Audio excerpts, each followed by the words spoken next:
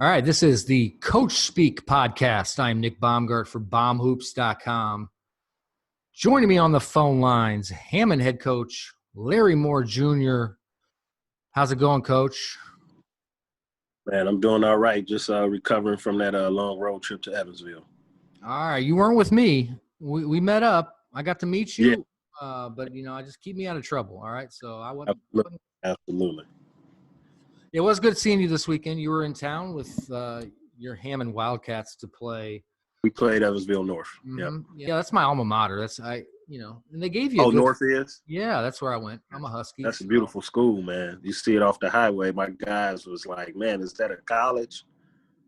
Yeah, I went to the Old North, Gotcha. where you guys looked pretty good on Saturday. What were your thoughts on the trip? You drove down. What was that, 5-6 hour trip down? Yeah, 5-hour trip.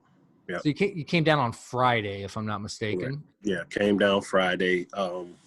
And we got a chance to go visit USI. Got to go see the arena, take them by the academic building, see where the student athletes eat and things of that nature. So we wanted to take advantage of not just the basketball portion, get a chance to do a college visit, which was really great for Stan and his staff to take out some time out of their schedule to let my guys take a look at how USI has advanced over the years, and they definitely did a great job of upgrades over there on campus. Coach, I think it's an excellent learning opportunity, and so that's one thing that's really impressed me about you is I think you got it figured out. We've gotten to be friends, and I really believe in what you preach and what you teach up there, and I just think that was a great opportunity to come down here. A life learning experience, right? Absolutely. I mean, although we coach kids and everybody dreams to play in college, that doesn't happen at the high school level. And those guys get an opportunity to stand on that Division II floor and go in that locker room. Everybody doesn't get an opportunity to play at a high level. So for them to get a chance to experience that, I was really pleased, and the guys liked it and got a chance to talk to one of the players. So it was, it was a business trip, but it was an educational trip as well. All right. So you have a lot of talent. Let's get that out there right now. And I've been saying that from day one. Nobody had you anywhere close to the top 10 in 3A in Indiana to start the year. And I said, you guys are sleeping on him. We were 20-4 last year, and we're returning 4 starters. So the preseason polls we were looking at it like something is off. This really don't make sense. I mean, if we were 20-4, we weren't returning anybody I could see, but we were returning our core players. And I don't know why they didn't really think that we were good. But like I told the guys, we just got to go out and beat guys. And then eventually they'll have to give us the respect that we deserve. You're number 1 in the Bomb Hoops 3A poll that just came out. Had your alarm clock set, waiting for that to hit. But, Absolutely. I see what you guys are doing up there. A lot of talent. So the way I count up here is I see potentially seven college prospects on some level that you have on your squad. Is that about right? 7? I would agree with that. About 7 different levels. We've done a good job at my lower levels. My 8th grade coach has done a great job of keeping our kids in our middle school coming straight to our high school. At one point, a lot of my kids were going all over the place and they weren't coming to Hammond High, but that has kind of changed over the last 4 or 5 years. And so the continuity has been there and has helped the program. So talk about that a little bit. Every community is a little different, right? The socio-culture or whatever. So what schools, you're right there on the border, Northern Indiana, right on the border, first stop out of Chicago, if my memory serves me correctly. And so, what schools, when you say, they weren't going to Hammond, what are the other schools around you? So there was a point in time where guys were going to Hammond Bishop Knoll. And then when the charter schools start popping up in Gary, a lot of kids were going to the charter schools that might have been basketball, football, whatever players they were. But once we got a handle of our middle school, those kids, they weren't interested in leaving the Hammond area now. So, and again, it's helped the program because we are seeing these kids from 5th, 6th grade. And then when they get to us, they're familiar with us. I mean, because they're right in our middle school. They're right across the street pretty much. So, and it's helped. It's helped a lot. Relationships, right? That's in Absolutely. all levels of life and all levels of basketball relationships. So, all right. Before we get into your guys a little bit, Mm-hmm. let's talk a little bit about Larry Moore Jr. You were a heck of a player in Chicago at St. Francis de Sales, Mm-hmm. All-State your junior and senior year, Yes. and ended up going downstate, Eastern Illinois. Mm-hmm. Didn't work out, but you ended up on your feet at USI. Yes. Played Yes. for Coach Bruce Pearl, which so take us a little bit through your basketball journey. Talk a little bit about that. Yeah. So grew up, man. Both my parents played sports, were coaches, played basketball. My older brother played college basketball at Quincy University. And so played at Chicago St. Francis de Sales, like you stated. I was all-state and played in all-state games with Kevin Garnett, Ronnie Fields, Ty Streets, just to name a few of the guys that were on my all-area team. And from there, I signed at Eastern Illinois. My final 3 schools was St. Mary's in California, Wichita State, and Eastern Illinois. And Coach Morgan, I had got a great relationship with him. And a week before school started, he actually took a position at Western Kentucky. And another coach left, and that brought in Kevin Mouton, who I still have a great relationship with now. And then Matt Painter, the head coach at Purdue, was my assistant coach while at Eastern Illinois my freshman year. Yeah, it was kind of that stop that nobody remembers about Matt Painter when he went to Eastern Illinois for, I want to say, a season or 2. He ended up. Yeah, it was maybe about a season at most, because I believe before he came to Hubs, he might have been like at the University of New Hampshire. He was somewhere, when he started his coaching journey. But Matt is a very tactical guy. He's when you did your individual workouts, he's very detailed in how he wants you to come off the screens, hands away from your body, getting square. Like, he was very, he played at Purdue, so he already had that makeup of being able to teach the game the right way. Sure. I mean, so much of it is about influences. What did you learn from Coach Pearl?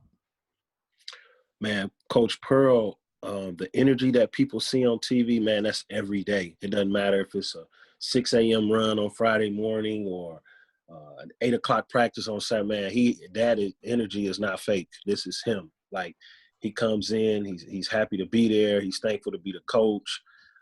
He's a guy that his energy is infectious, and you want to play for him. So Pearl is a great guy to play for. And, I mean, you're going to work hard because he's going to demand it, period. Yeah, it's kind of one of those long-lost facts in my life.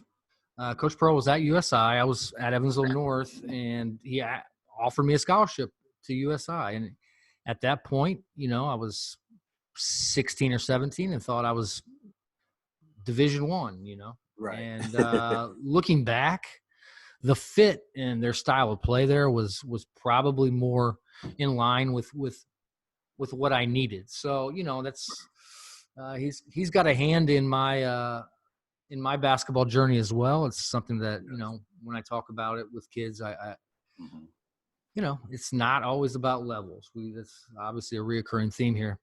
Yeah, but I mean, we all start off with the dreams to play on TV, so it's natural to have your dream to play Division I. I mean, that really should be your goal. So I don't get mad when parents or kids have that goal, but they also have to understand that high-level Division II is a lot of times better than low-level and some of the mid-major Division I programs, just in terms of facilities and the competition, because these Division II schools have 6 to 8 Division I guys who've transferred in, so they can compete at a high level against these Division I schools. Yeah, and we were talking with Omar Dillard at Tinley, and that came up. I said, the thing that I wish kids would understand is what you're trying not to do is to not get recruited over. I mean, there's nothing worse than when you're like, hey, who's coming in on a visit this weekend? And they're like, oh yeah, point guard. Oh, I play point guard. Like, well, yeah. But that's part of the business. That's part of the business. And then people don't realize Division II, there's no age limit. So when I came over at 19, man, I had teammates who were 26, 28 years old. There's some grown men at D2, so they're not really – you have to be special for them to want you out of high school because you're still going to take a year or two to adjust to playing against grown men. And that's a lot of things people don't understand about Division II. There are grown men on that court. Yeah, I mean, I think such a difference, right, between high school and college, the speed, but, as experience. That's why I think the Big Ten is always, whenever you hear young players coming in to the Big Ten, it's like, well, slow your roll there because the Big Ten's an old league. And when you're playing against a bunch of old guys, I can only imagine that at the Division II level. And a lot of times, in a lot of cases, it's not so much about basketball as it is something else, academics, or maybe it was your second stop or whatever. It's nothing about talent at the Division II level that's lacking. So, no, not at all, not at all. All right, let's talk a little bit about your talent because you got a lot of it, and I want to get through it here. Okay, we'll start with your one Division I signee that you have so far. That is 6'8", power forward Darrell Reed. He's headed to Alabama State. Yes. So I got eyes on him this weekend. Really good athlete. Yes. Like kind of a long, lean. Should be a rebounding machine at the next level. It would seem like to me. Absolutely. You talk a little bit about Darrell. So Darrell is a guy that his numbers may not look off the chart. So, for instance, last year we were 20-4, but we had all five starters were in double figures. So his numbers were around about 14 or 15. But when you have five guys in double figures, then that's gonna, your star player may not average as much. But it doesn't bother him. He's not bothered by the fact that we had double figures. And then even this year we had about 3 or 4 close to double figures. And so, again, Darrell doesn't complain about points and things of that nature. He just wants to win. And so that's a quality that's good for our team because a lot of guys would be complaining that they're not getting 25 or 30, and he doesn't do that at all. Well, sure, it's worked out for him. You've taken care of him, Yeah.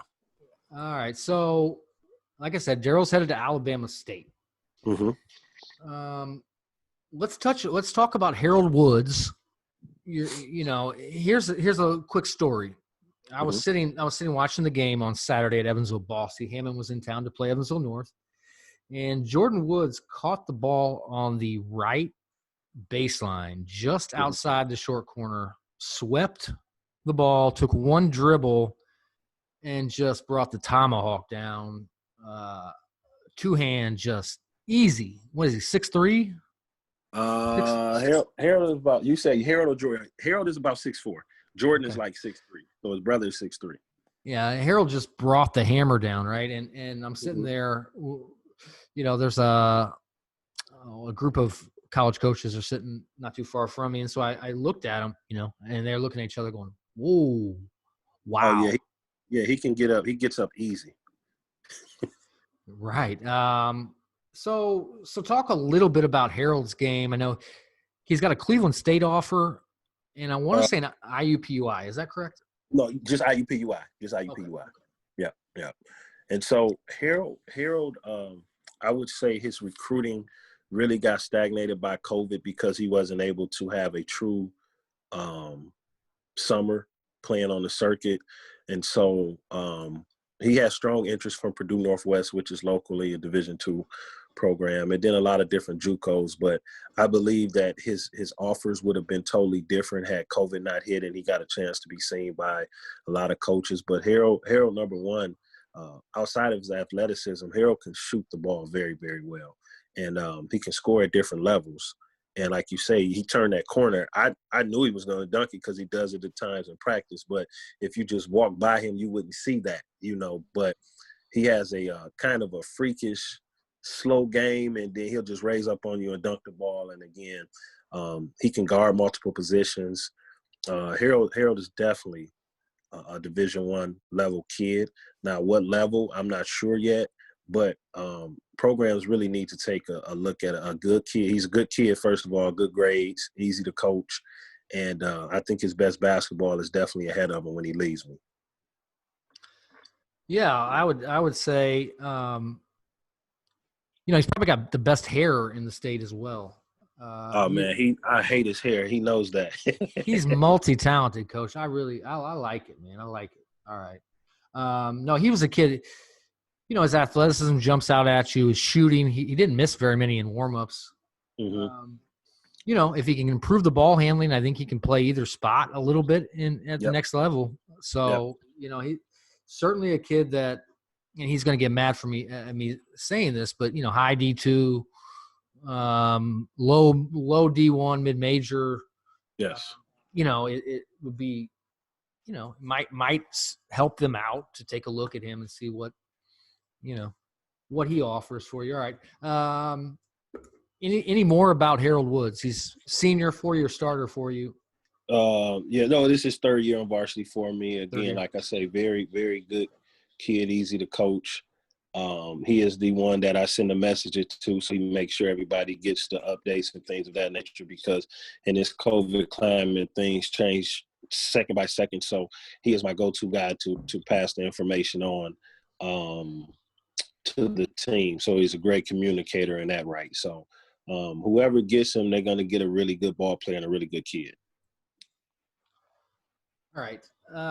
You had a couple kids move in from Chicago, transfer in. They're obviously not playing their season.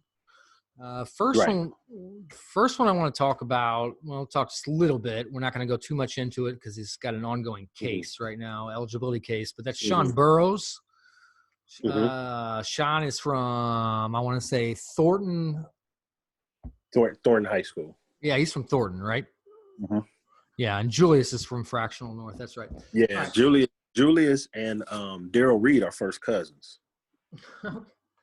Well, that's got to help the team, right? I mean, they're cousins. Yeah, they're cousins. So, I didn't even know who Julius was. He just like, man, my cousin is coming over. I'm like, okay, kids talk all the time.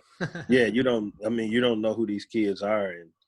And initially, we didn't have sports at Hammond at the beginning of the season, so we didn't get to really do preseason conditioning like that because they had canceled sports in Hammond. And so we got started late because our football team only ended up playing 4 games total. So and with us being virtual, you're sending out messages trying to get kids to open gym and tryouts and things of that nature. So I had never met the kid. He was there, but we weren't working out. So we didn't see Julius really until pretty much the start of the season. All right. So just to finish up with Sean, so Sean, as I understand it, is not going to be eligible until the sectional. He's not. He was kind of backwards. He was granted limited eligibility. So if he chooses to play in JV games, which we really haven't really discussed it because we don't have another JV game until January, but that's something we'll discuss with him and his father about how they want to proceed with that. All right. Well, he comes from, a big time program at Thornton. They went 32-1 last year. He's played against big time competition, Absolutely. For everything that you have on your team, all the talent. It's safe to think that you guys could be a lot better if somehow, it works out with Sean Burrows' eligibility. That's backwards. All backwards is all get out. I've heard you're eligible for the season. I've never heard you're not eligible for the season and you can play in the sectional. That's makes sense though. We definitely would be a lot better because you had a veteran guard and really, really nice kid, man. Really, really very respectful kid. Kind of quiet, but just he's struggling a little bit right now. Obviously, he wants to play. It's his last year, so we're just trying to be supportive of him and, just help him through this tough time. Well, Sean, if you hear this, keep your head up. You're not alone. We're a lot of people thinking about you, praying for you, hoping, you and several other kids get their eligibility granted. But Sean Burrows, appreciate that. Yeah. He's a kid though, that if you're a college coach, write that down in your notebook and you're going to end up looking like a really good recruiter. Absolutely, because the kid can play. Yeah, he can, and he's just sitting. Yes. Don't get me started on that. We're not going to go into that. He's got an ongoing case that maybe should know more about it. I don't know, January, February. Yeah, we hope so. Yeah. Yeah. Well, So we'll keep him in our thoughts and prayers. definitely Uh, appreciate that. you brought up Julius Bird, Mm-hmm. another 6'3" guard, Mm-hmm. shoots it well. He's got Mm-hmm. really good ball skills. I mean, I think if I remember correctly from a conversation that we had, you called him a Swiss Army knife. Oh man, he does everything. I mean, he takes 2 to 3 charges per game, has a very high IQ. He doesn't like pressure himself to take bad shots. He just goes with the flow. He's going to be at a high level defensively every single night. And, on our team, he kind of plays the 1 through 4, but at the next level, he's really a point guard. He's really a point guard. And so at times you will see him move to the point for us because he's able to move about and make plays. But, yeah, Julius is a kid that he doesn't have any offers right now, but I'll say by the time we get late January, those are going to pick up absolutely because the kid can play. Yeah, I mean, what I learned on Saturday when I watched him play, he's a competitor. He's long. Mm-hmm. He's only 6'3", but he looks bigger. Like he's just long and skinny. I mean, he's going to put on a lot of weight. He can put on weight, and As he gets older, absolutely. Stat sheet stuffer. That's Julius Bird. He's again from Thornton Fractional North, out of Chicago. Anything else you would like to add about? No, I mean, Julius is just a kid that's going to fill up the stat sheet every night. Doesn't matter who he's playing against. He's always had an even keel, plays hard. If he misses a shot, it don't bother him. He'll come back and take a charge. Like he takes away possessions from other teams. So, it was definitely, I'm glad him and Daryl are cousins. So, Right. it just kind of fell in our lap in the situation. But yeah, they are first cousins. Yeah, I've heard that before, Coach. My cousin's moving in. Okay. Yeah, I've been at this over 17 years, and I've heard some cousins they say was coming, and it wasn't like Julius. Sometimes you don't want the cousin to show up. I've had a couple of those too. So, all right. Yeah. We're glad to have both Julius and Sean. Yeah. Again, keep your head up. All right.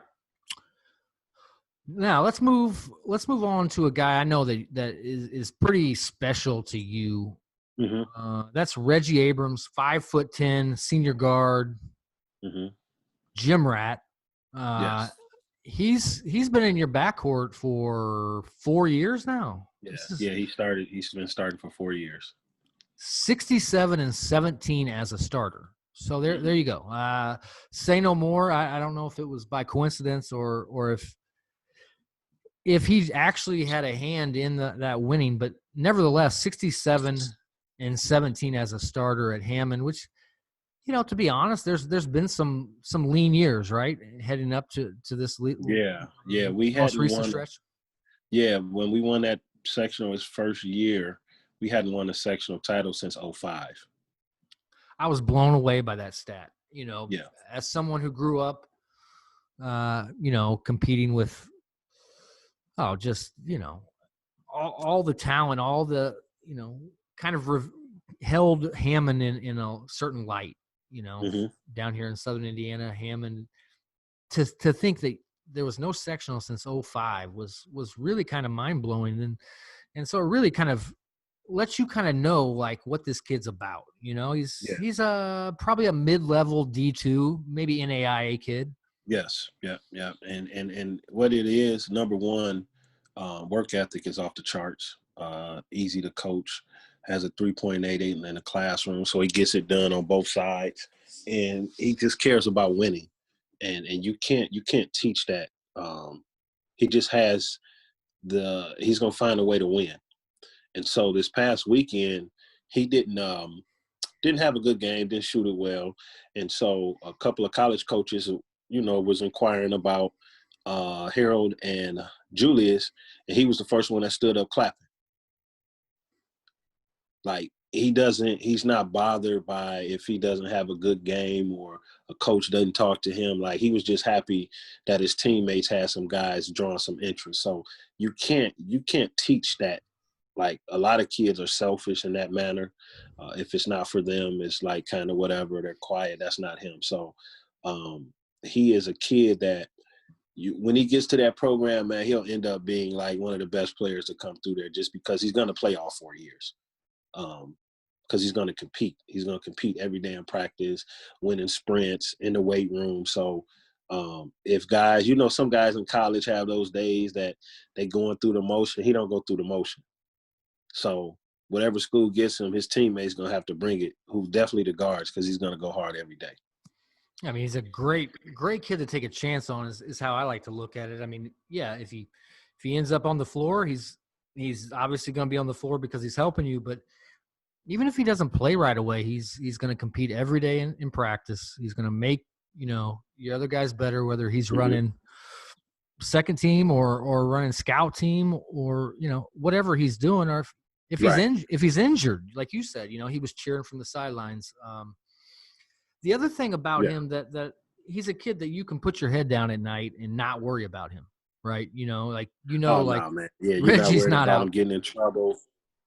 No, not at all. I mean, he is, again, it's just as a freshman coming in, he just has something different about him. And it wasn't that I saw that he's going to come in and average 25 or 30. He just had a different makeup in terms of how focused he was on being successful. And you can add to that, but that has to kind of be within a player to have that. As a coach, you can add pieces, but if they already got that, all you're doing is trying to polish up their skills over that 4 years to get them to the next level. That's really about it. Because I didn't have to work on his mentality. It was already there before I met him. Isn't that so? It's so relieving as a coach to be able to have that, to not have to worry about all those little things. Yes, absolutely. And I've coached a lot of guys that I couldn't say the same about, but he's definitely one of them that you don't have to worry about off the court or getting in trouble in school. None of that. It's never happened. All right. I'm a big Reggie Abram fan. I got my eyes on that situation. Curious to see where he ends up. I am very curious. I talk about him a lot, and so it was good to see him. I tell you what, man, I'm gonna savor every moment with him, because when we go back in that gym next year and he ain't there, I'm gonna be like, oh Lord, we got to start over. Yeah, you're gonna need a shoulder at that point. Yep. Man, yeah, I'm sure, because you just get comfortable with knowing that you have somebody who's going to compete every night. Doesn't matter who you're going against, he's going to compete. All right, that's Reggie Abram, 5'10". I would say maybe off guard. He's more a point guard. Point guard. He has to play point guard at the next level. Yeah. You have like 6 point guards, so I know I'm lucky, man, because I had years when I only had one in the entire program. So man, I was. I know. I'm very blessed right now. I know. I hear that all the time. Like, I don't have a point guard. We can't compete. We don't have a point. So you have 6, and that's why. Hey, you're number 1 in 3A, and at least out of the North, you're my team out of the North. We'll see. There's a lot of good ones, but there's a reason that you guys are as good as you are, and so let's talk a little bit about your young guys before we get out of here. Okay. Because you got some good talent. Let's talk about Harold Woods' brother, Jordan Woods. Yeah, yes. 6'3" point guard. Yes. And you love him. I mean, like, you think, like, as far as a leader goes, I know just in our conversations, you rave. Go ahead. Jordan is a guy that communicates nonstop. He's always talking. He talks in the hotel. He talks on the bus. He talks in the locker room. Like, Jordan loves the game of basketball, and he's a competitor. And he's matured so much over the last year. It's just truly amazing. Like, he wasn't like hard to coach as a freshman, but he's just matured in terms of the other day, one of the freshmen was struggling with a play, and I turned around, he got the clipboard, and he's going through the plays for Matthew King, who's a freshman. Like, you can't teach that when a kid grabs the board and he's mapping it out so he knows where to go when he gets back in. Like, that's a natural leader. Like, he has leadership quality. Now, Reggie just started talking this year. Jordan came into the program talking. So he's a natural just communicator and leader, and Jordan is going to be very good by the time he leaves us. Like, he's going to be very good. His jump shot is getting better daily. He's coming in early, putting up shots. So athleticism is off the charts. So, yeah, I'm really, really high on Jordan, and he'll continue to raise those rankings as we continue to play and people get a more chance to see him because the kid can play. I know in one of our conversations we had, we kind of comparing him to Ashton Williamson from Calumet, Mm-hmm.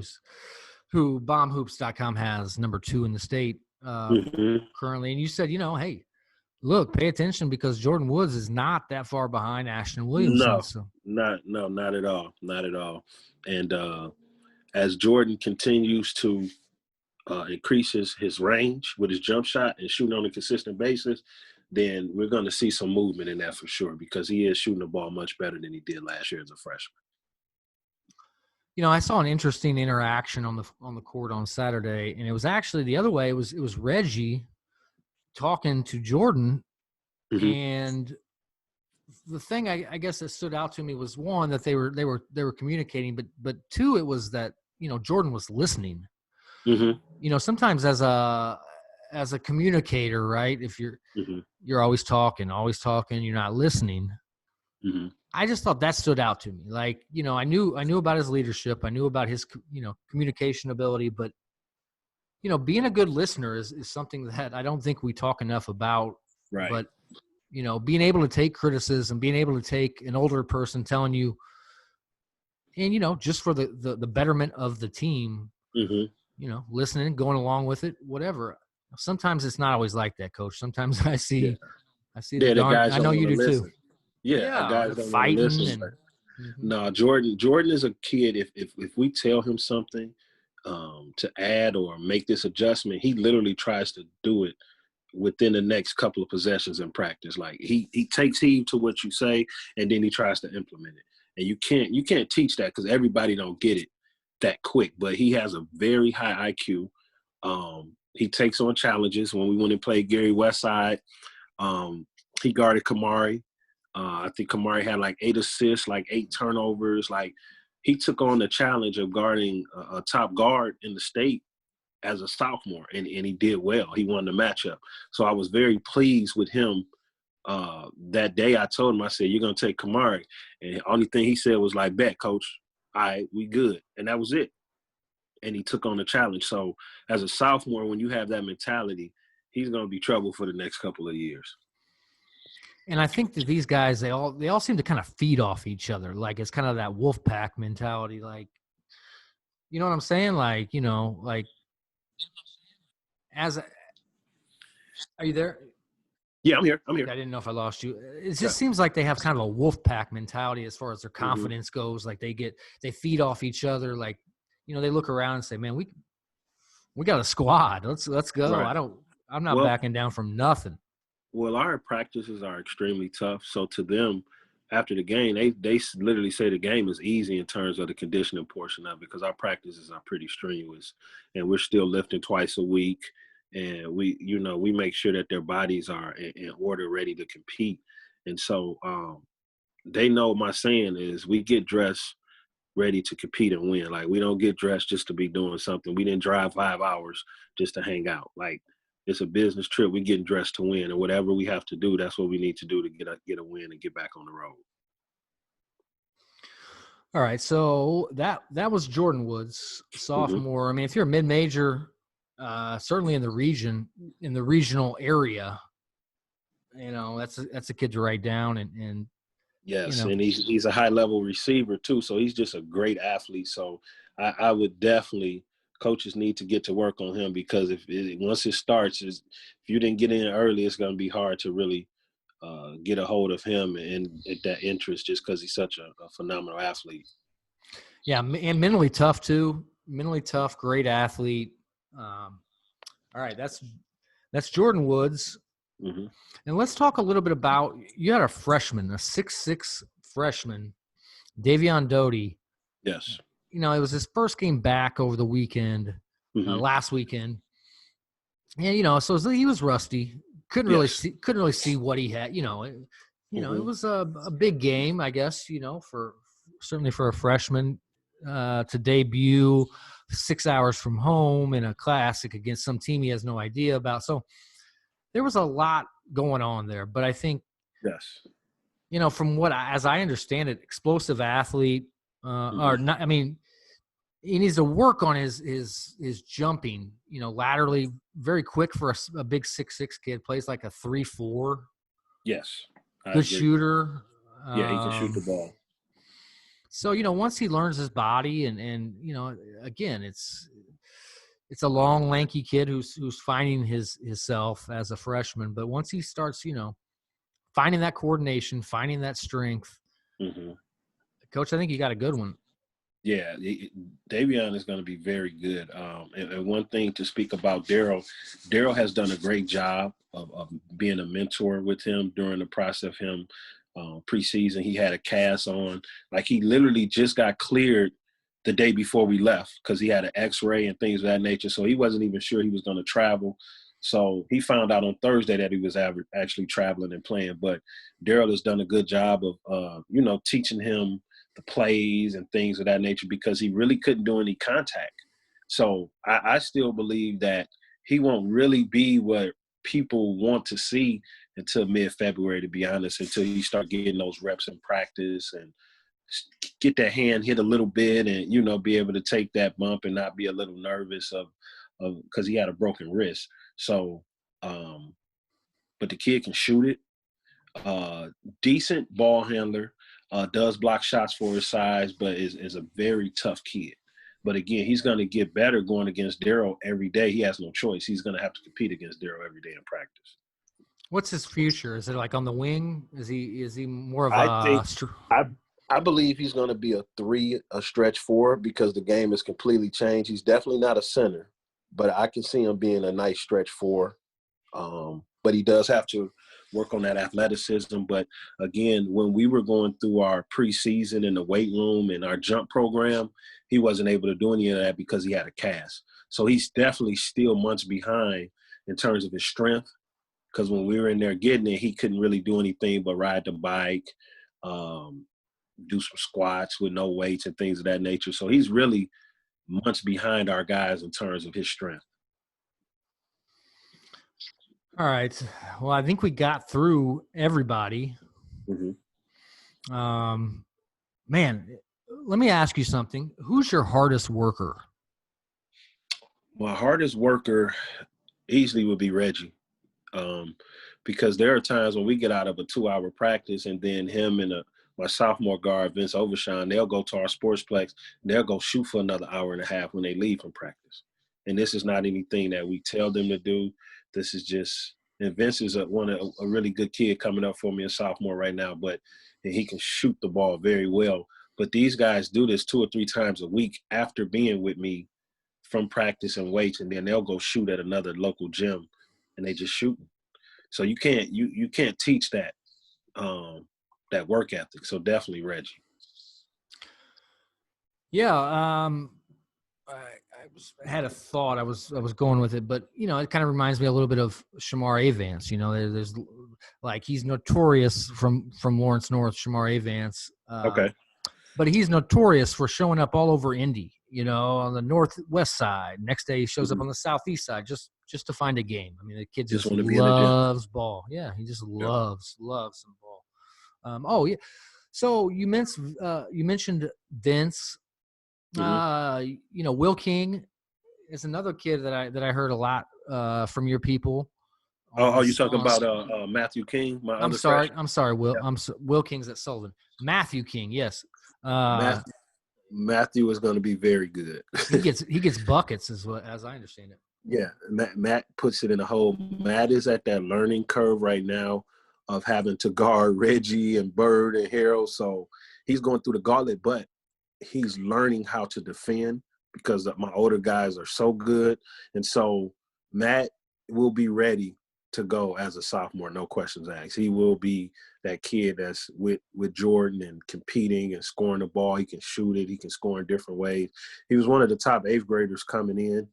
Him and Davion went to my middle school. So, but Matt is just in a situation where he has some older guys, but the fact that he's competing against them every day is doing nothing but getting him better.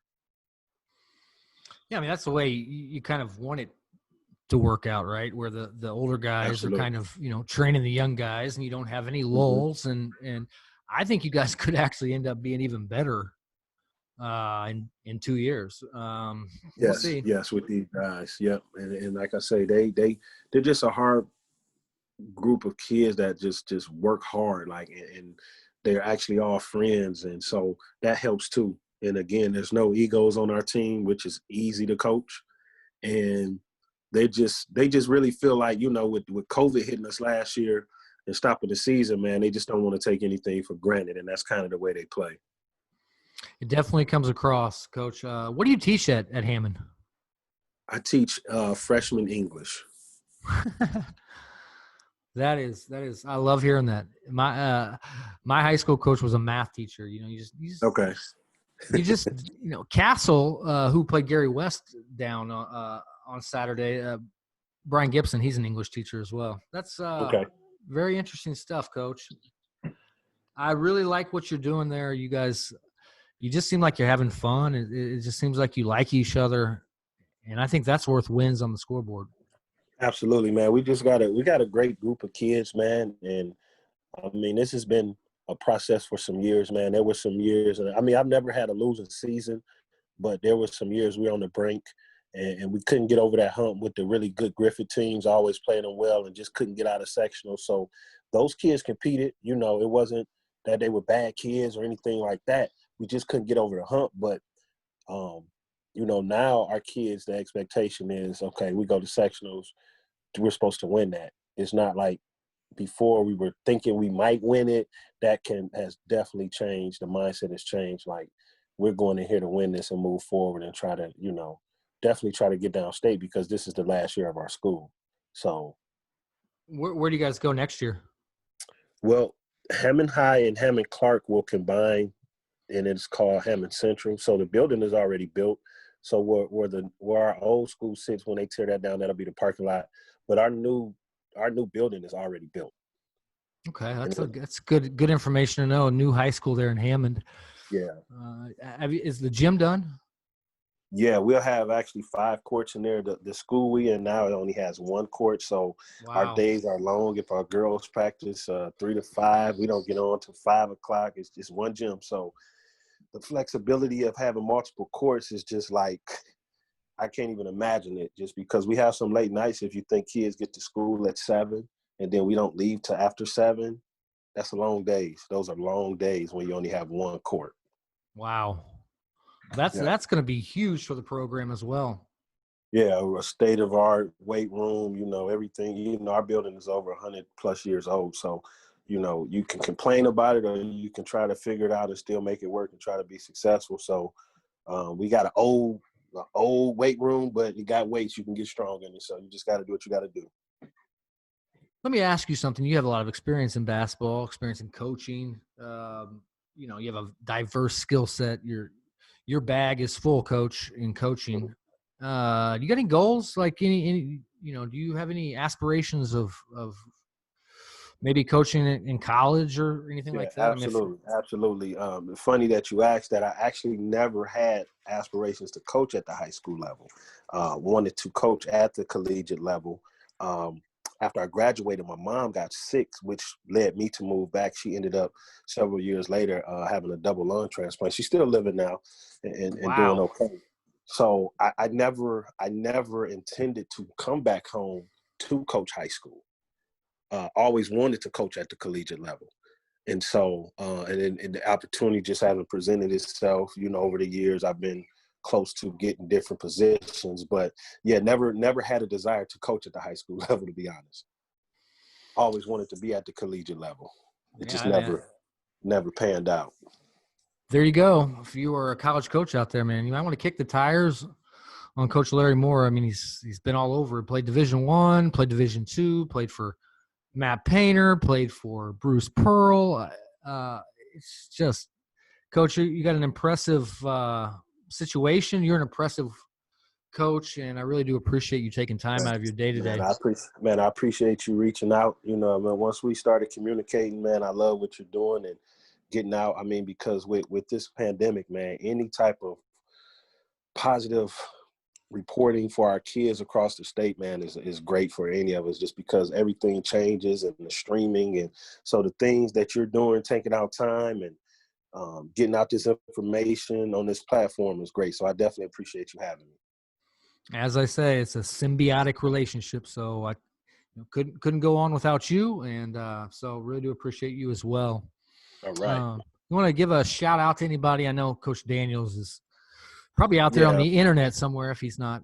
Yeah, my assistant coach, Coach Mitch, man. Mitch is that's my ride or die, man. He works overnight, man, and he's up and he's on Twitter. He knows the heartbeat of things because I'm asleep, but he's an overnight guy. So Coach Mitch meets everybody before me, man. So definitely appreciate what he does for the program, man. And just I just want to man, pray that everybody gets through this pandemic, man. Everybody has a happy holiday and that we all stay safe, man, because as coaches, man, we have to be so flexible right now. Because on Monday and Tuesday, it could change 4 times on who you're playing and just trying to – it's no, like, playbook for this right now in terms of a coach and having to get kids up to play, then they're not playing. It's just you have to find your balance to help the kids because this is just so much uncertainty for all of us. Yeah, if there's one thing I think I've taken away from this is, we probably worry about other teams too much. Mm-hmm. Just worry about yourself, man. If you were ready to play, and certainly in your situation, Coach, 9.5 times out of 10, you're going to win if you guys are ready to play. So, yes, and you have to create your own energy. There's no fans like your normal fans. There's no cheerleaders. So I tell them you have to get yourself ready to play at the purest form because there's no energy to pull from but yourself. All right, last question I'm going to ask you before I let you get out of here because I know you got things to do. But if you were a young – what advice would you give to a young Larry Moore, 16, 17-year-old Larry Moore, after everything that you've seen and gone through that maybe could help, some prospects out there, players out there, kind of figure it out a little bit? You got anything? I know that's a tough question, but no, that's a very good question. Be patient. Sometimes I reflect back as should I have transferred because my coach left, or should I have stayed? Should I try to fight through it? And sometimes I say yes, sometimes I say no. The reason I say no is because I built great friendships in Evansville. I would have never met these guys had I not transferred. But in the college game, you have to grow. And it doesn't matter how good you are out of high school. I got to Eastern, everybody was all state. So you have to be patient in the process and don't expect to have success quick. It's not going to happen. Success doesn't happen quick for most freshmen across America. Pick a sport. It really doesn't happen that way. So you got to be patient and you got to have people in your ear that has your best interest. Because it's so quick to say, man, I'm going to transfer, and that's not always the right thing to do. Sometimes you maybe need to hold off and maybe fight a little better, a little harder than what you think you can. So that sometimes I still like, should I stay another year? Or, I still don't know if I made the right move, but it wasn't the wrong move to go to USI.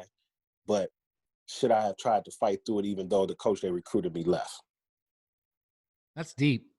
That is deep. That's something that I think about a lot too myself, having left. Be patient. Listen to Coach. Coach has got great advice. Mm-hmm. I really appreciate you, my man. And I look forward.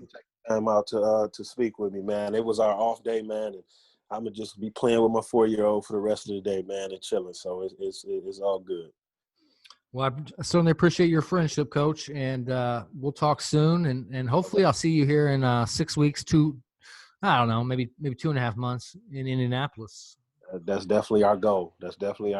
So right. Anytime you need anything, feel free to reach out to me. I got you. All right. That is Hammond head coach Larry Moore Jr., one of the just really bright guys in the state. You probably don't hear about a lot, but you're going to hear about him coming up in the next couple months, next couple years. He's got a lot of talent. 7 college basketball players on his roster. Reach out, talk to him. We'll talk to you soon, Coach. Good luck. All right. Thank you. Have a good one. All right. This is the CoachSpeak podcast. I'm Nick Baumgart for bombhoops.com.